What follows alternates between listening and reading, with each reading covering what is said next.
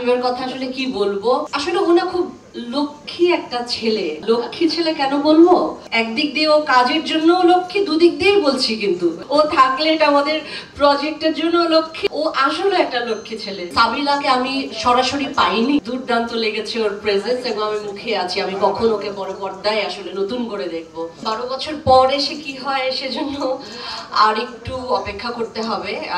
তবে আমি সবকিছু ছাপিয়ে বলবো যে ছবিটির কথা বলবো, সবকিছু সব এফোর্ট সব তো আমাদের ছবির জন্য, সেটা আমি করি, সাকিব করে, বা আমরা একসাথে অথবা পুরো টিম। আমার মনে হয় আপনারা সেটার উত্তর পেয়ে যাবেন একদিন পরে। শুধু আমি এটুকু বলতে চাই যে আমি অনেকদিন পরে আবার ভীষণ বড় এবং অ্যারেঞ্জ টিমের সঙ্গে কাজ করলাম। প্রথমেই বলবো আমি আলফায়ের কথা, যারা প্রডিউস করেছেন এই ফিল্মটা, এবং অবশ্যই রায়হান রাফি, যার সাথে কাজ না করলে আসলে আমি বুঝতে পারতাম না যে মানুষটা আসলে তার ছবিটাকে কতটা ভালোবাসে। এটা আমি বলবো রাফির সম্পর্কে। এবং আমাদের যে টিম ছিল, আমাদের এন্টায়ার টিম, আসলে আমাদের আর্ট ডিপার্টমেন্ট, কস্টিউম, এবং আমি স্পেশালি বলতে চাই, আপনি হয়তো ভাবছেন যে ধন্যবাদ দিচ্ছি, তা না, আসলে সব খুব স্ট্রং সবাই, সব ঠিকঠাক মানুষ যখন একটি টিমে কাজ করে যখন ছবিটা আসলে ভালো হতে বাধ্য। এবং আমাদের সিনেমাটোগ্রাফি টিম ছিল দুর্দান্ত, সেটা নিশ্চয়ই আপনারা ঝলক বুঝতে পেরেছেন এর ভেতরেই। এবং আমাদের যে শিল্পীরা সবাই ছিলেন, আফজাল ভাইয়ের সঙ্গে কাজ করবার সৌভাগ্য হয়েছে আবার অনেকদিন পরে, যার হাত দিয়ে আসলে আমার কাজ শুরু হয়েছিল। তারপরে আরো রয়েছেন আমাদের শ্রদ্ধেয় রাকায়েত ভাই আছেন, সুব্রত দাদা আছেন, লাভলু ভাই আছেন, আমাদের রোজি আপা ছিলেন। সব এত গুণী মানুষের সঙ্গে আসলে কাজ করলে না, সব কাজ এমনিতেই ভালো হয়ে যায়। আর আমি আলাদা করে সাবিলাকে আমি সরাসরি পাইনি, যা একটু বলেই দিলাম, বাট আমার দুর্দান্ত লেগেছে ওর প্রেজেন্স এবং আমি মুখে আছি আমি কখন ওকে বড় পর্দায় আসলে নতুন করে দেখবো। আর সবশেষে সাকিবের কথা আসলে কি বলবো, আমি যখন 12 বছর আগে কাজ করেছিলাম তখনও আমি দেখেছি যে একটা মানুষ, আসলে ওনা খুব লক্ষ্মী একটা ছেলে।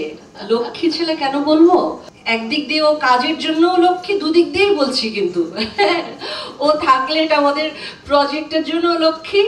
ও আসলে একটা লক্ষ্মী ছেলে। ও যখন কাজ করে, ও যে কত পরিশ্রমী, ও যে কেমন করে কাজ করে, এবং একটা আর্টিস্টের সঙ্গে যখন কাজ করার যে আনন্দ, একজন এরকম তৈরি আর্টিস্ট যে কিনা আসলে এত ভালো বোঝে টেকনিক্যাল এবং অভিনয়ের জায়গাটা, আপনারা আবার নতুন করে নিশ্চয়ই ওকে ডিসকভার করবেন, আমার আর বলবার কিছু না। But it was very delight to ওর সঙ্গে আমার screen share. Thank you Shakib, thank you so much, মানে it was a wonderful journey. আর সবশেষে থ্যাংক ইউ আপনাদেরকে, আপনারা নিশ্চয়ই আমাদের ছবিটিকে একটা অন্য জায়গায় পৌঁছে দিবেন। Thank you Rony, thank you Chorki. আমার এখানকার ভালো কাজগুলো পশ্চিমবঙ্গের দর্শকেরা দেখো, শুধুমাত্র তাণ্ডব নয়, মানে আমার আরো অনেক, আমি যেমন ডুব সাঁতার করেছি শাকিল ভাইয়ের প্রযোজনা প্রতিষ্ঠান থেকে, সেটা ছিল, সরি ডুব সাঁতার তো না, আমার করেছি পেয়ারা সুবাস, তো সেটাও আমি দেখাতে পারিনি। তো এটা নীতি নির্ধারকেরা যারা করেন তারা ভালো বলতে পারবেন, কিন্তু আমি অবশ্যই চাই, বিশেষ করে তাণ্ডবের কথা বলবো। আর এজন্যই বলবো যে ভীষণ, একটু বলেই দিই, গল্প নির্ভর ছবি। এই ছবির আরেকজন হিরো কিন্তু গল্প।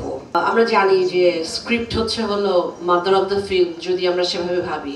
অসম্ভব স্ট্রং একটা গল্পের একটি ছবি আপনারা দেখতে যাচ্ছেন, যেটার সঙ্গে আসলে যে সে সালমান খানের ছবি বা এটার ছবি ওটার ছবি, গল্পের ছবি, অনেক কিছুর যতই মিল খুঁজবার চেষ্টা করেন, সেটা কোনো দিক দিয়ে আমার মনে হয় না আপনারা পাবেন। হয়তো আপাত দৃষ্টিতে লুক অ্যান্ড ফিল মনে হতে পারে, কিন্তু আসলে পাওয়া যাবে না। আর আমি চাইবো অবশ্যই আমার ছবি অবশ্যই হলে গিয়ে দেখুক। ইতোমধ্যেই আমি খুব ভালো বাস পাচ্ছি, আমার পশ্চিমবাংলা দর্শকেরা বলছেন যে আমরা দেখতে চাই ছবিটি। এটা নিশ্চয়ই, যেহেতু শাকিল ভাই সামনে আছেন, উনি উদ্যোগ নিলে নিশ্চয়ই উনি এটা করতে পারবেন।